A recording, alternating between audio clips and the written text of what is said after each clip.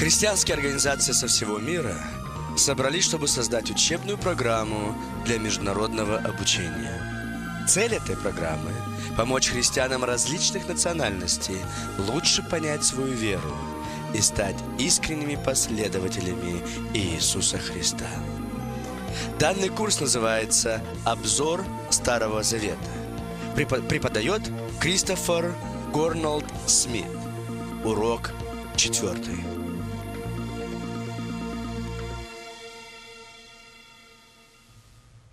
Hello, I'm very glad that we are together again in our study of the Old Testament.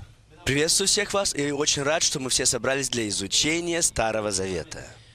And right now we're going to look at Genesis chapter 11 and then the following chapters. Сейчас мы все посмотрим на Бытие, книгу Бытие, 11 глава, и затем последующие главы. In our last lesson we talked about the relationships that people have with God. На последнем уроке мы говорили о взаимоотношении между Богом и людьми. Sometimes people have a relationship of obedience and fellowship with God. Иногда люди строят свои взаимоотношения на послушании и взаимопонимании с Other people have a Богом. relationship which is one of disobedience. Но иногда отношения базируются на And the непослушании. great sin of mankind, Великий грех человека, of both Adam and Eve, Адама и Евы, was to say, I will decide for myself what is right and wrong. который заставил их сказать, что я буду решать, что правильно и что неправильно для меня.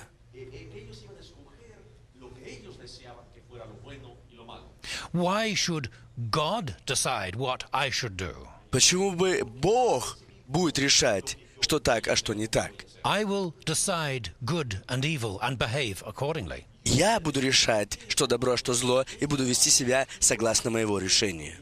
There is another example of the same kind of thing in Genesis chapter 11. Есть еще один пример, подобный данному, записан в 11 It главе is книги the Бытия. story of the Tower of Babel. Это история о Вавилонской башне.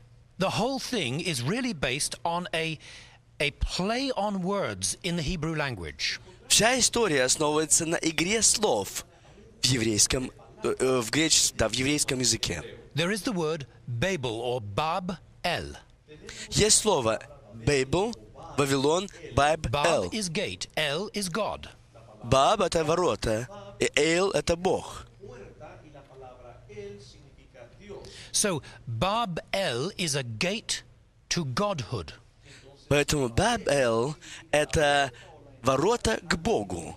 There is another Hebrew word, Есть еще одно еврейское слово Balal, meaning confusion. Балал, что означает смущение. Look at Genesis 11. Посмотрим давайте на 11 главу Verse Бытия.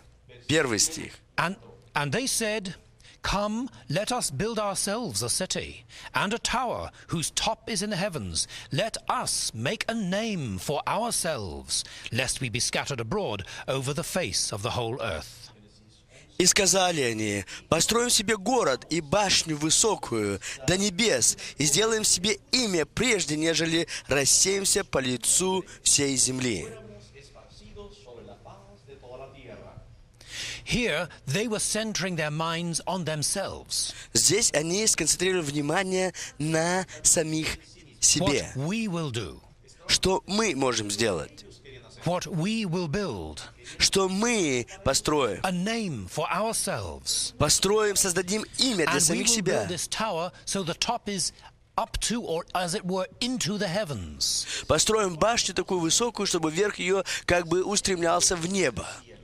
Now, in the ancient biblical world, В древнем библейском мире there were in, for example, the lands of Mesopotamia around Babylon, была земля, называемая Месопотамия, вокруг towers that were Вавилона. built. И башни, которые строили, They would build a large platform of brick. они строили очень большую платформу из кирпича. On top of that, another platform of brick, a little smaller but rising higher. Сверху еще одна платформа, меньше по площади, но выше. And then another and another and so on. Затем другую и так This was далее. connected with their idolatrous worship. Это было связано с их поклонением иным богам. and with the gods they invented, the gods of the stars and the god of the moon. И боги звезд, боги луны. And their religion was connected with astrology. Их религия была связана с астрологией. And the whole idea of astrology И вся идея астрологии is for man to be able to know destiny, to know the future and control it. была настроена на то, чтобы человек мог узнать свое предопределение, свое будущее и контролировать его. Другими Let us словами, build a tower. Its relationship will be with the heavens, the stars. они говорят, давайте построим башню, чтобы она помогла нам установить взаимоотношения со звездами, с небом, Where we can predict the future, где мы сможем предсказывать будущее, where we can get occult or hidden spiritual powers for ourselves. где мы сможем приобрести эту секретную духовную силу для самих себя. Ultimately, what they were trying to do was to become God. Фактически, к чему они стремились, они хотели стать It was богами. Bab-El, a gate up into God's domain. Это была Баб-Эл, то есть это ворота к божественным владениям. Man wanted to take control Человек хотел in his контролировать name, his city, свой город, свое имя, свою башню. his control of events. Он хотел контролировать все события. The result Результат was the judgment of God, – суд Божий. and all of this ended in confusion, И все это закончилось замешательством. where they were all Смущением. speaking different things and couldn't understand each other. Люди начали говорить разные вещи и перестали понимать друг друга. And so it ended in balal, confusion. И поэтому все закончилось балалом, то есть замешательством, Verse 9. смущением. 9 стих. Therefore its name is called Babel, because there the Lord confused Balal, the language of all the earth, and from there the Lord scattered them abroad over the face of all the earth. Посему дано ему имя Вавилон, ибо там смешал Господь язык всей земли, и оттуда рассеял их Господь по всей земле. Again we see the situation where man was disobedient to God in the vertical relationship, and the result was confusion on the horizontal relationship between people. И опять-таки мы видим, где человек нарушил свои взаимоотношения в вертикальном взаимоотношении с Богом, и в результате нарушились горизонтальные взаимоотношения людей друг с другом, между собой. Later in Genesis chapter 11, Позже в книге Бытие в главе we are 11 introduced to a new theme. нам представлена новая It is the тема. story of a man called Abraham. Это история о человеке по имени Авраам. Abraham came from an area not far from Babylon, Babel, where this tower was built. Авраам произошел из той местности, района, недалеко, где строилась эта Вавилонская башня. Of course, he came from a much later generation. Конечно же, он пришел в мир в более позднем I'm going поколении. to show you a map, and you're going to see where Abraham traveled. Я покажу вам карту, и на карте покажу, как путешествовал Авраам. Before we do that, I'll show you the general area on the map behind me. Прежде я покажу вам основной район на карте. Now, you can see the whole world here. Здесь вы можете увидеть весь мир на этой карте. All of these events are taking place in the Middle East, Все эти события происходят здесь, на Ближнем Востоке, where we have Africa and Asia and Europe all joining together. где у нас Африка, Европа и Азия соединены вместе. And in this area, we have two great rivers, И в этом районе протекают две большие реки. the river Euphrates and the river Tigris. Реки Тигр и Ефрат. It is today called the nation of Iraq. И сегодня это называется страна Ирак. And this is the area that Abraham came from. И из этого района произошел Now, what I'd like Авраам. to do is for you now to see the map of this area. Я хотел бы, чтобы увидели карту этого района. You can see at the bottom right-hand side of your map the city called Ur. Справа внизу вы видите, находится город под названием Ур. The river that is situated on is the river Euphrates. И река, на которой находится этот город, There is это река another Ефрат. river a little to the north called the Tigris. И немножко к северу река The word Тигр. Mesopotamia means the land between those rivers. И земля Месопотамия называется земля между этими Now, реками. the first stage of Abraham's journey, you will see this on the map, И первое путешествие, первая ступень путешествия Авраама, вы увидите здесь на карте,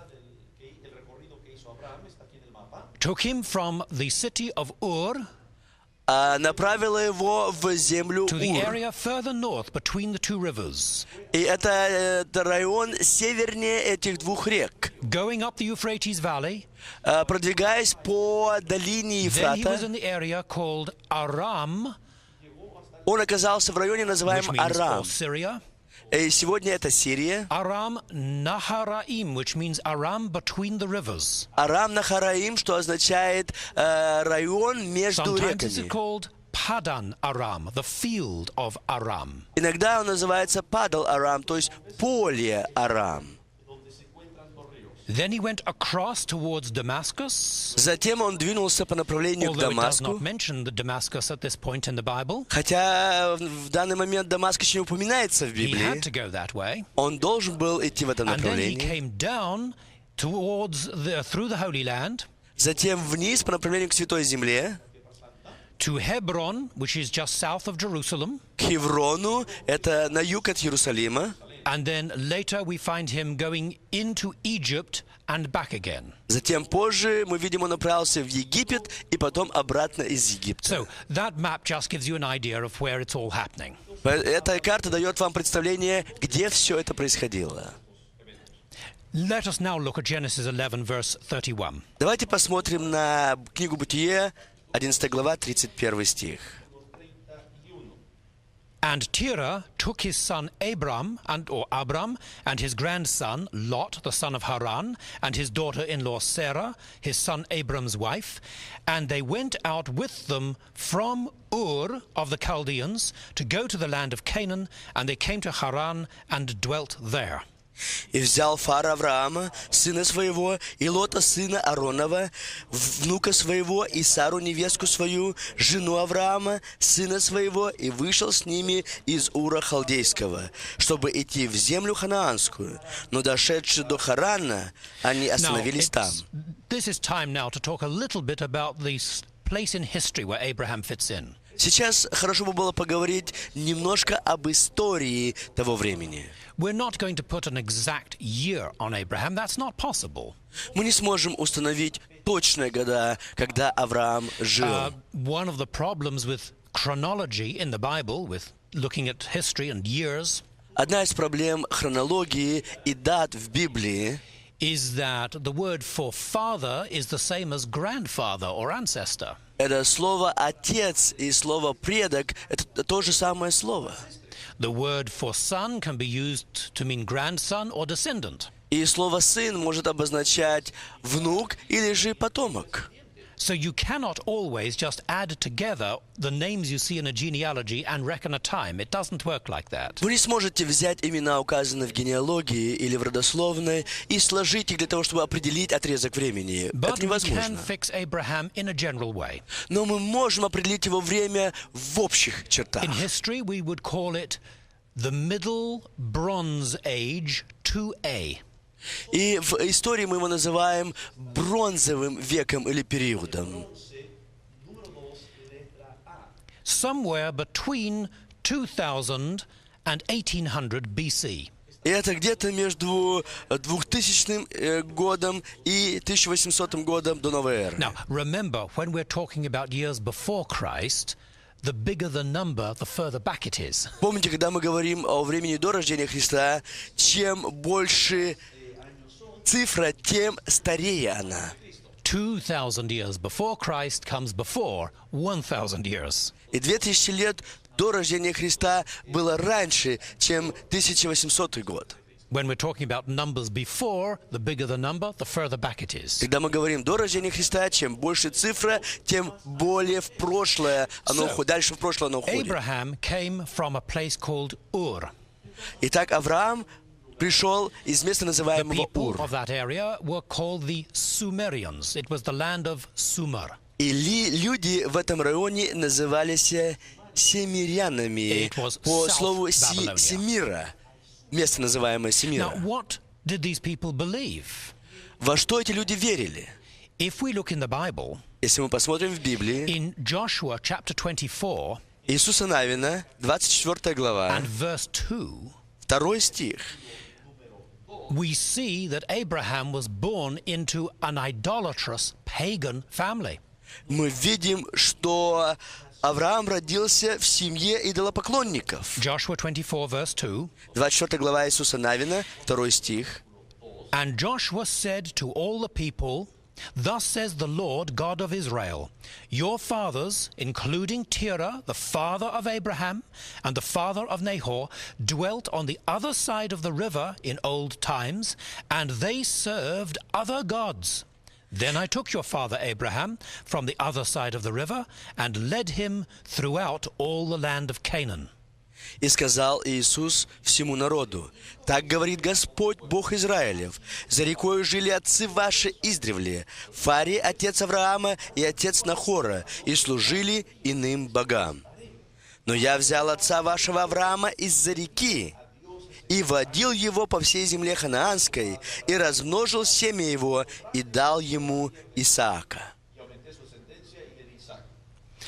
Now we read in the New Testament Мы читаем в Новом Завете, that the God of glory appeared to Abraham when he lived in Mesopotamia. что Бог славы явился Аврааму, когда он жил в Месопотамии. In the Old Testament, we're told that Terah took Abraham. И в Старом Завете мы читаем, что Фара взял Авраама, Because Terah was his father and was the patriarch of the family. потому что Фари был отец Авраама, и он был So патриархом, his name is given the place of honor in the Old Testament. и поэтому его имя оказалось в почете в Старом Завете. But it was Abraham's life that God was really working in. Но в жизни Авраама Бог проводил работу свою. And God said, I want you to leave your country И Бог сказал ему: «Я хочу, чтобы ты оставил свою страну, and even your family свою семью, and go to the place that I'm going to show you. и шел туда, куда я укажу тебе». Now, why did God do this?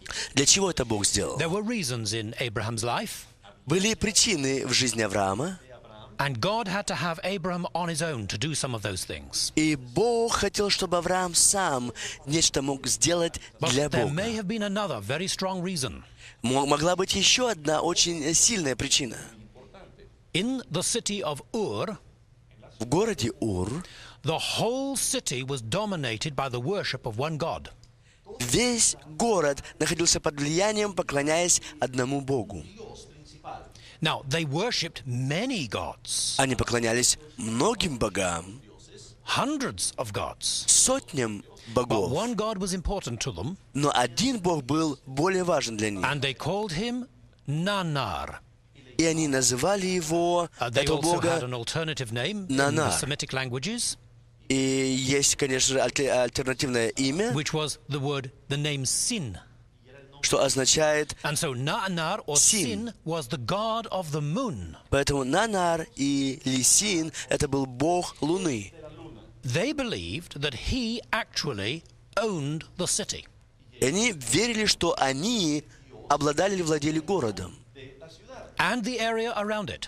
и районом, прилежащим к этому городу. So that the king was really the deputy or the tenant of the moon god.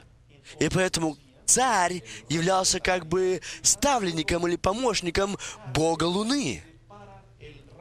To deny the existence of the moon god was to question the authority of the king. Отказаться от бога Луны — это значит поставить под вопрос власть царя. In the very center of the city was a huge temple tower, В центре города находился храм-башня. rather like what we've described in Babel. Похоже на то, что мы сейчас вот it was прочитали dedicated to the moon в Вавилоне. И они поклонялись богу Луны. Around it were many different workshops. Вокруг находились различные мастерские.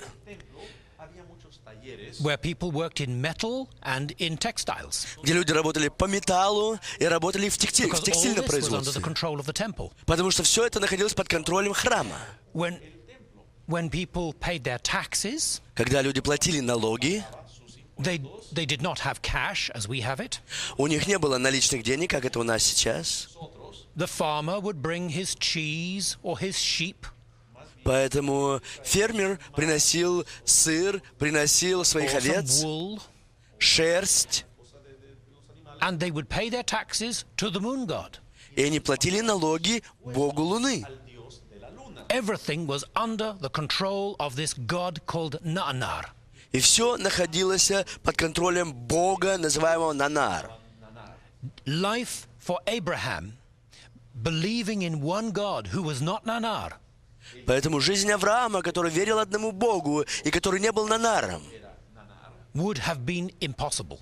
было бы невозможным. He believed in one God who created the moon and the stars and everything else. Он верил в одного Бога, который сотворил Луну, сотворил звезды и всю Вселенную. And so God called him out of Ur. И поэтому Бог вызволил его из Ура. It was not easy Это было не так легко, because Ur was a wonderful city. потому что Ур был прекрасным городом. They had very large, comfortable houses. У них были большие, удобные дома, They had beautiful art. прекрасные They архитектуры, had highly developed industries. очень хорошо развитая индустрия была, They had fine music. прекрасная музыка. It was a place which was secure, Это было место хорошо a охраняемое, center of culture надежное. and civilization. Это был центр культуры и Abraham цивилизации. was called to live in tents, Но Авраама Бог призвал, чтобы уйти оттуда и жить в палатке, to follow God. чтобы следовать за Богом. And to start with, he did not know where God was taking him. И начать свою жизнь, не зная, куда Бог его ведет. Faith is like that. Вера вот It does такая. not know where it is being led, И иногда человек идет по вере, but не it знает, does куда know она the его one who's ведет. doing the leading. Но знает тот, кто ведет по вере. Now let's move to Genesis 15. Теперь давайте обратимся к Бытие, Abraham 16 obeyed. глава.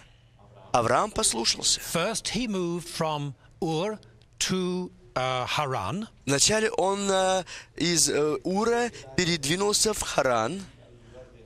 and after the death of his father, После смерти своего отца he moved on into the land of Canaan. он двинулся в землю ханаанскую. Step by step, he learned to trust God more.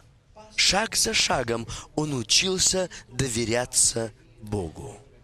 Do not think that Abraham one day was a pagan idolater and the next moment was a man of great faith. Не подумайте, что Авраам сегодня, будучи поклонником иных богов языческих, вдруг внезапно стал мужем It веры. was not like that.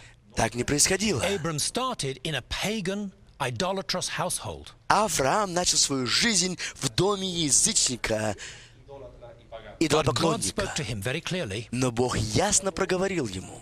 and he took the first step of faith in obedience to God. И он сделал первый шаг послушания Богу. Then God spoke to him again, Затем Бог опять проговорил. and he took another step of obedience, which was trust in God. Он сделал еще один шаг веры, что означает доверие Богу. His faith was a journey. Его вера — это путешествие. But Abraham reached a place Но Авраам дошел до where места, his faith was like leaning on God. где его вера как бы помогала ему Like a облокачиваться, house опираться на could rest Бога. on its pillars which Это held it как up. дом, который покоится на двух столбах. Like a door which would have two strong posts, one on each side and a lintel across the top.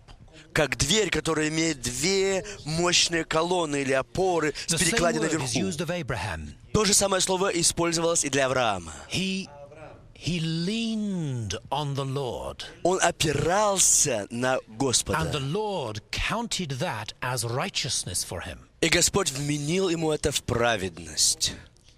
Look at Genesis 15, verse 6. Давайте посмотрим Бытие, 16 глава, 1 стих. And he believed in the Lord, and he accounted it to him for righteousness. И Авраам поверил Господу, и он вменил Now ему это в that is праведность. a whole system of ideas that you will find in the New Testament. Это целая система идей, которую вы найдете в Старом Завете. We too, as believers, lean on God. Мы так же, как верующие, опираемся на Бога. We rest, we trust in Him. Мы покоимся, мы доверяем Ему. And our righteousness is something that God counts to us rather than our own achievement. И наша праведность — это то, на что рассчитывает Бог, а не наши собственные достижения. Now, let's go back to the beginning of chapter 15. Давайте вернемся к началу 15 главы. Verse 1. Первый стих. After these things, the word of the Lord came to Abram in a vision, saying, Do not be afraid, Abram. I am your shield, your exceedingly great reward. После сих происшествий было слово Господа к Аврааму в видении, и сказано: «Не бойся, Авраам, я твой щит, награда твоя весьма велика». But Abram said, Lord God, what will you give me, seeing I go childless? And the heir of my house is Eliezer of Damascus. Авраам сказал: «Владыка Господи, что ты дашь мне? Я остаюсь бездетным. Распорядитель в доме моем — этот Элиезер из Дамаска». Verse 3. Then Abram said, Look, you have given me no offspring. Indeed, one born in my house is my heir. Третий стих. «И сказал Авраам: вот ты не дал мне потомства, и вот домочадец мой, наследник мой». Now, we have to understand the cultural situation of Abraham at this time. Мы должны понять ситуацию культуры Авраама, в которой он находился. In that kind of a culture, having children was very important. В той культуре иметь детей было очень важно. Who would look after Abraham when he was old? Кто бы смотрел за Авраамом, когда он состарится? When he would become old and sick, someone must care for him. Когда он состарится, будет старым и больным, кто-то должен заботиться о There нем. was no social security in the state. В то время не было социального обеспечения у государства. And so people had a custom of adopting someone. И у людей был обычай усыновлять кого-либо. They would take a younger man Они брали молодого человека and make a legal written contract и заключали с ним официальный контракт, in which that person, the younger person, would care for the older man. согласно которому молодой человек проявлял бы заботу о старце, And when the older man died, his belongings would become the property of his adopted son. и когда старец умирает, то, чем он владел, его принадлежность становится собственностью этого молодого человека. Now, one of the cities in Mesopotamia was called Nuzi.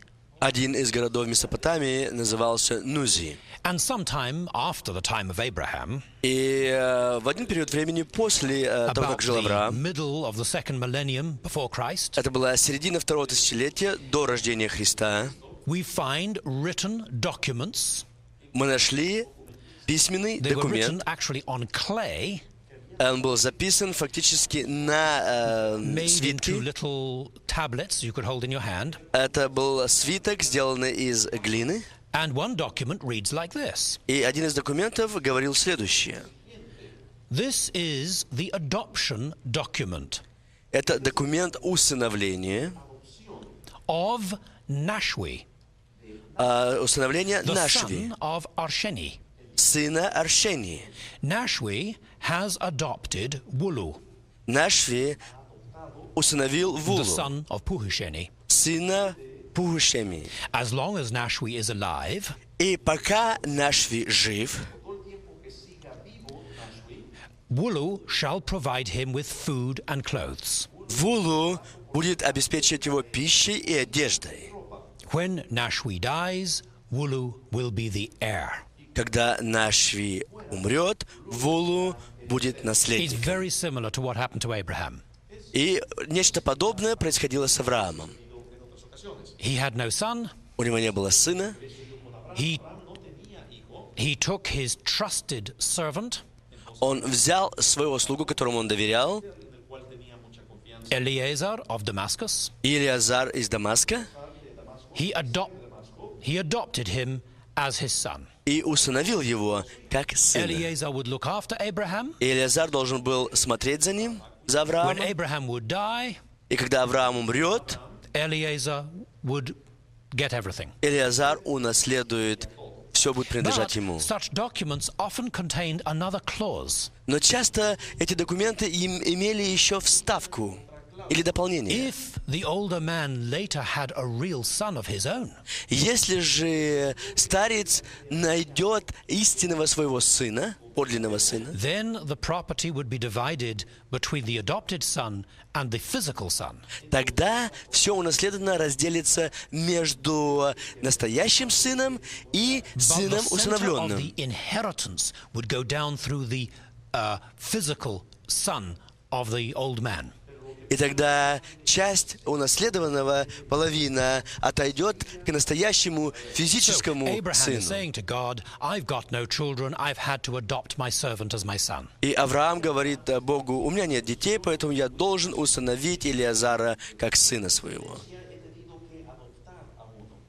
And then we look at verse 3. Затем давайте посмотрим на 3 стих. Abraham said, Look, you have given me no offspring, one born in my house is my heir. И сказал Авраам: вот ты не дал мне потомства, и вот домочадец мой, наследник мой. Verse 4. 4 стих. And behold, the word of the Lord came to him, saying, This one shall not be your heir, but one who will come from your own body shall be your heir. И было слово Господа к нему, и сказано: не будет он твоим наследником, но тот, кто произойдет из чресел твоих, будет Then he brought наследником him твоим. outside. Look now towards heaven, and count the stars if you are able to number them. And he said to him, So shall your descendants be. И вывел его вон и сказал: посмотри на небо и сосчитай звезды, если ты можешь счесть их. И сказал ему: столько будет у тебя потомков. But Abram said, in verse 8, Lord God, how shall I know that I will inherit it? И в 8 стихе он сказал: владыка Господи, почему мне узнать, что я буду владеть ею? Now here's another idea, another theme. У него еще здесь одна тема появляется. He's talking about a son, now he's talking about an inheritance. Он говорил о сыне, теперь он говорит о наследстве. What is the inheritance? Каково же наследство?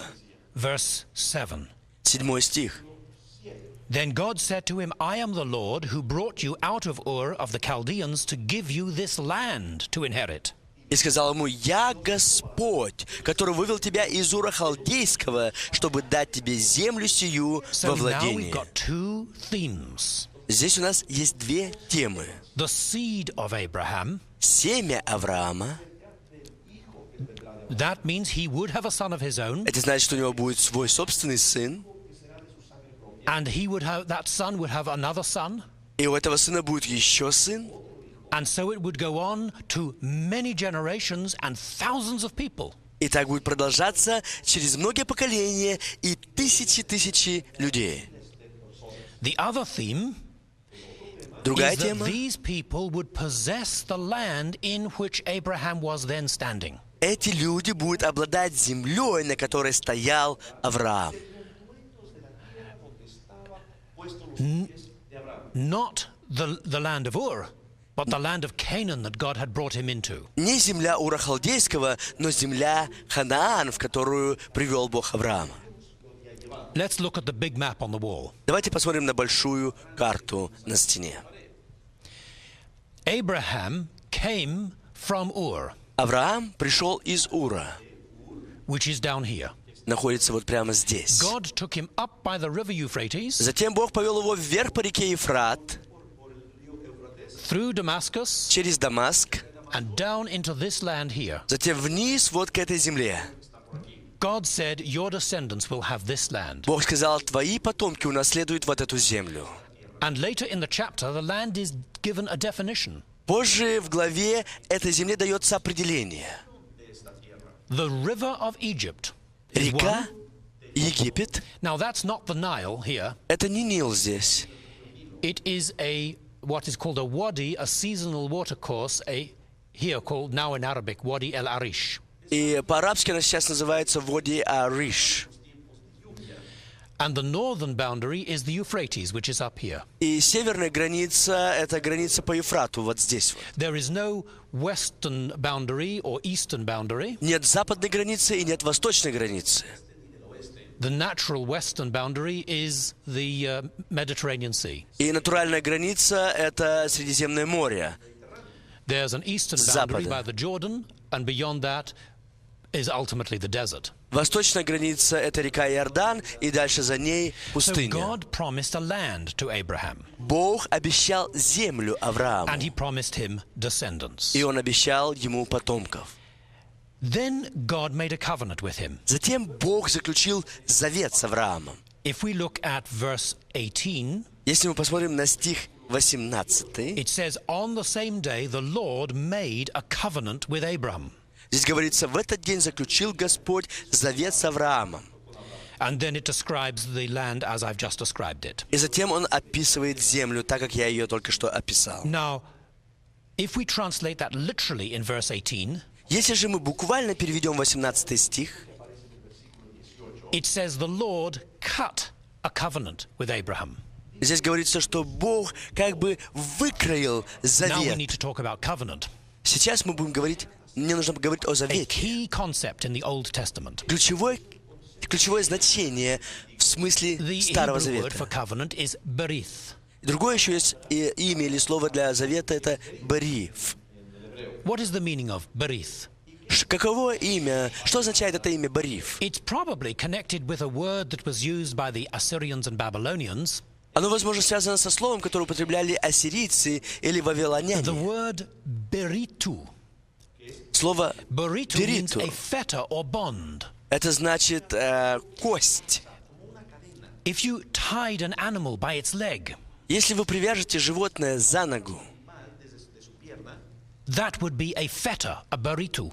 это будет бариту или фето. If you had two people Если у вас два человека, and you tied them together, и вы свяжете их вместе, that would be a beritu, a fetter. это будет бариту или Like фето. handcuffing two people together. Это как бы наручники одеть на двух людей. And so covenant ties people together, Завет связывает людей вместе. except that you can tie a person against their will. За исключением, конечно, если вы свяжете человека помимо его воли. Whereas a covenant is something you enter into voluntarily. Но завет — это когда вы входите во что-то So добровольно. God tied himself to Abraham. Бог как бы привязал себя к Аврааму. He made a bond, a connection between himself and Abraham. Он установил связь между собой и Авраамом. And it was done by cutting.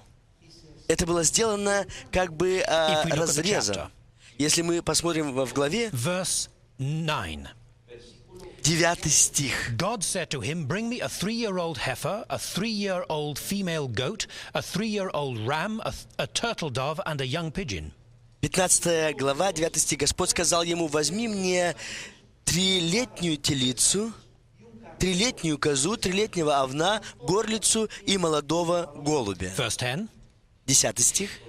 Then he brought all these to him and cut them in two, down the middle, and placed each piece opposite the other, but he did not cut the birds in two. Он взял всех их, рассек их пополам и положил одну часть против другой. Только птиц не рассек. Verse 17. 17 стих. And it came to pass, when the sun went down and it was dark, that behold, there appeared a smoking oven and a burning torch that passed between those pieces. Когда зашло солнце и наступила тьма, вот дым как бы из печи и пламя огня прошли между рассеченными животными. Now, what was God doing? Что Бог делал? God speaks to us in languages we can understand. Бог говорит к нам на языке, который мы не понимаем. Right now, I'm speaking to you through an interpreter. Сейчас я говорю к вам через переводчика. If I'm speaking a language which is not your language, it's not going to do anybody any good. Если я буду говорить на языке, который вы не понимаете, он никакой пользы вам не принесет. We must communicate in terms of words that are already understood. Мы должны вести коммуникацию с помощью слов, которые понимаются And God does нами. the same. И Бог делает это то же God самое. communicates to us in terms of our own language and our own culture. Бог говорит к нам на нашем языке в свете нашей культуры. The making of covenants was part of Abraham's own culture. Заключение завета – это часть культуры Авраама, в которой он вырос. Kings would make covenants with each other. Цари заключали заветы между собой. Individuals would make covenants with each other. Личности заключали заветы между собой. And God made a covenant with Abraham. И Бог заключил завет с Авраамом. Now, God could have said to Abraham, I'm going to do this, and God would have done it. Бог мог сказать Аврааму: «Я сделаю это», и Бог бы выполнил то, что он сказал. But you know, God has given us many promises, and we forget them. Но Бог дает нам много обетований, но мы забываем их. So God wanted to make sure Abraham would remember. И Бог хотел, чтобы Авраам помнил. So God went through this little ceremony. И Бог прошел через небольшую церемонию. We call it a covenant with a self-imprecatory oath. Мы называем это завет самоосуждающей присягой. We mean that you would make a promise to somebody, Что мы имеем в виду? Мы даем обещание кому-то, and then you would say, затем мы говорим: if I break my word, если я may не this исполню or слово that своего, terrible thing happen to me. то и такие-то ужасные вещи произойдут со мной. Oh, you find lots of ancient civilizations doing this. Вы знаете, очень многие древние цивилизации исполняли и практиковали There это. was a case of much later after Abraham. Был In fact, случай even after the Old Testament period. намного позже Авраама, даже после старозаветного периода, In which Hannibal, the famous general from North Africa, где каннибал, известный генерал в made a Африке, promise to his soldiers. дал обещание своим солдатам. He took a lamb in one hand. Он взял овцу в одну He руку, took a rock in the other. взял камень в другую руку He said, if I break my word to you, и говорит: если я нарушу слово свое вам, may the gods do to me as I do to the lamb. пусть Бог сделает это со мной, то, что я делаю сейчас с этой овцой. And then he hit the poor animal on the head with a stone И он ударил камнем бедное животное по and killed голове it. Well, и убил ее. that was a long time later and a different place. Это, конечно, было гораздо позже и в другом месте. But if you go back among the ancient Greeks and Trojans, in the writings of Homer, you find the same Но thing. если же вы пойдете, вникнете в культуру греков, они делали то же самое. They called on the gods they believed in Они призывали богов, в которых они верили, to kill the people and even their children if they broke their word. чтобы они убивали людей и даже их собственных детей, если они нарушат обет или обещание.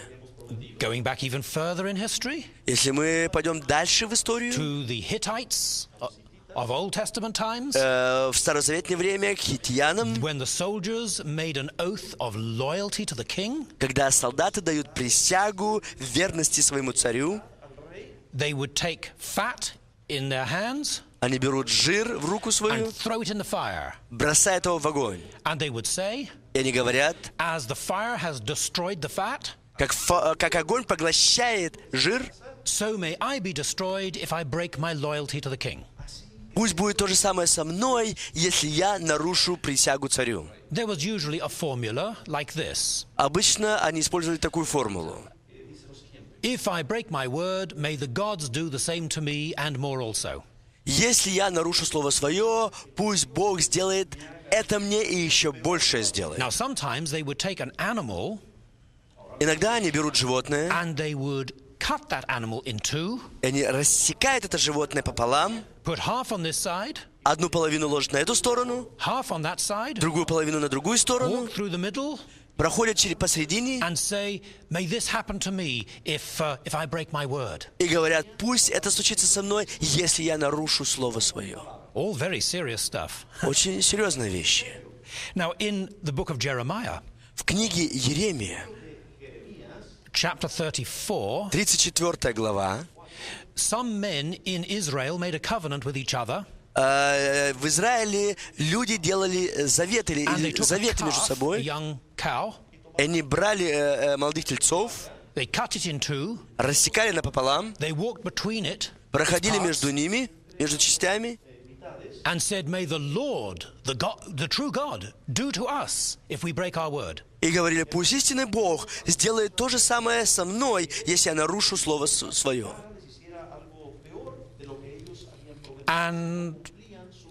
And then they broke their word.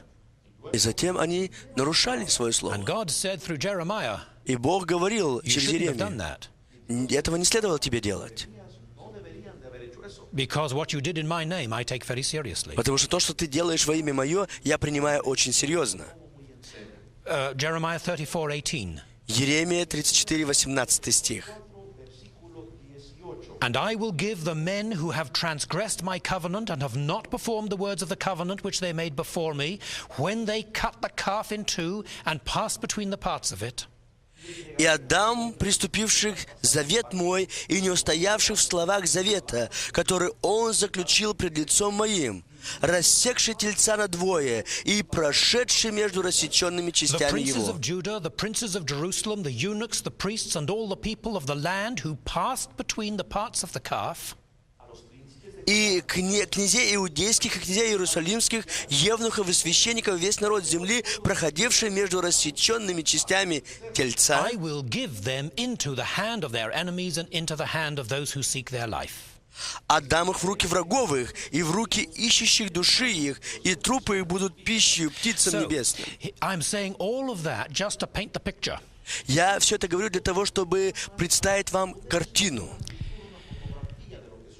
Abraham, on the instructions of God, Авраам по инструкциям Божьим took these animals, взял животных, cut them in two, растек напополам, put half on this side and half on that side, положил одну половину направо, другую половину налево, and the birds, one on each side at the end. и птиц каждую на каждую сторону. It was like a street of blood. И получилась как бы целая улица крови. And then Abram waited. И затем Авраам ждал. Would God expect him to go down the middle Бог будет ожидать, чтобы он прошел посредине and make that kind of a covenant? и сделать или заключить такого рода завет? No, God did not require that. Нет, Бог не потребовал этого. But fire and smoke, Но огонь и дым, a supernatural fire, сверхъестественный огонь, symbolical of the presence of God in many places in Scripture. символика присутствия Божьего во многих местах Священного This Писания. fire went down between those pieces, И этот огонь прошел между этими между этими and частями God животных. cut a covenant with Abram. И Бог заключил завет с Авраамом. God said, "You are going to have children, Бог сказал, что у тебя будут дети, and I am going to give you and your descendants this land." и я дам тебе и твоим потомкам эту землю. It was very serious. Это был очень серьезный Now, момент. why did God do that? Для чего Бог это сделал? We regard these customs as very strange. Иногда мы относимся к этим обычаям как к But странным this явлениям. was part of Abram's own world. Но это была часть мира, в Part of котором жил his Авраам. culture. Часть его культуры. And God was good enough to come down to Abraham's level and speak to him in his own culture. И Бог был достаточно добр, чтобы снизойти вниз к Аврааму и говорить к нему в его культуре, в свете его культуры. The meaning of it was this: И значение этого следующее. God would not betray his word to Abraham and not do what he promised. Бог не изменил бы слово своему, не исполнив того, что он обещал. God is faithful anyway. Бог верен. But God wanted Abraham to understand how seriously he took this. Но Бог хотел, чтобы Авраам понял, насколько серьезно он все это воспринял. God was saying, Abraham, I'm not a God who changes his mind all the time. Бог говорит, хотел сказать Авраам, я Бог не тот, который часто The меняет свое pagans направление. believe in that kind of a God. язычники верили в такого suddenly Бога, gets angry for no reason at all. который вдруг сердится, приходит в гнев Or по a God неизвестной who причине. thinks one thing today and another thing tomorrow. Или же Бог, который сегодня думает одно, а завтра думает другое. God said, I'm the true God. Бог говорит ему: «Я истинный Бог, I'm faithful. я верный, I'm making a promise to you. я даю тебе обещание». And if it's the only way I can demonstrate it to you, И если это единственный путь, которым я могу тебе показать, take the most serious thing in your culture, поэтому прими это как на серьезнейшую вещь в своей strongest культуре. kind of promise you can make. Самое наисильнейшее обещание, которое I'm going только to можно tie сделать. myself into your life, Я сам себя свяжу с твоей жизнью. and I'm going to do it so strongly И я это сделаю в такой сильной that I форме, compare it to what you think of as covenant making. что я это сравниваю с тем, что ты называешь заветом в своей культуре. In the New Testament, В Новом we're Завете told that Abraham is the father of the faithful, those who believe on Christ. говорится о том, что Авраам верен Богу, верен Христу. God has come into our lives, Бог пришел в нашу жизнь, tied us to Him, привязал нас к tied себе, Himself to us. привязал себя к нам. But He's done it in what we call the New Covenant, Но Он сделал это, как мы называем, в Новом where Завете. Jesus Himself took our nature, humanity. Иисус взял нашу природу, нашу человечность. And when we're born again, we receive His nature, the nature of И Christ. когда мы возрождаемся свыше, мы взамен принимаем Его природу. That is the strongest tie or covenant you could possibly think of. Это самые сильные узы, о которых можно только подумать или представить. Now, to understand that covenant Для того, чтобы понять этот завет, is to move on to understand the whole of the Old Testament, а также понять весь Старый Завет, because everything goes on from there. потому что все исходит от Него. There were times when the people were in the land and times that they were not in the land. Было время, когда люди находились в земле той, а и время, когда они не находились в той земле. God said to Abraham, I'm promising you the land, but you're not going to have it right now. Бог сказал Аврааму: «Я обещаю вам эту землю, но вы не получите ее прямо сейчас, Because there are other people in the land right now. потому что сейчас там живут другие люди в той земле, The Amorites. And I'm аморитяне. not going to turn them out right away. И прямо сейчас я не изгоню их». Now, there later came a time when God did move out some people from the land. Пришло время, когда Бог вывел людей из этой земли, But убрал those людей с этой people земли. had gone into sin to such a degree that they had disinherited themselves anyway. И эти люди, которые оказались в таком грехе, что они сами себя лишили наследства. So there we are in the life of Abraham. Итак, мы находимся в жизни Авраама. In our next session, we shall just pick up again in the life of Abraham and move on into the next covenant. В следующем уроке мы опять будем рассуждать и говорить о жизни Авраама и подойдем к следующему завету. The covenant that God made with Israel at Mount Sinai Завет, который Бог установил между Израилем through His servant на горе Синай Moses. через своего слугу So you Моисея. be sure and be with us next time, won't you? Итак, не забудьте прийти в следующий раз и присоединиться к нам. God bless you as you study the Old Testament. Пусть Господь благословит вас по мере того, как вы будете заниматься изучением Старого Завета.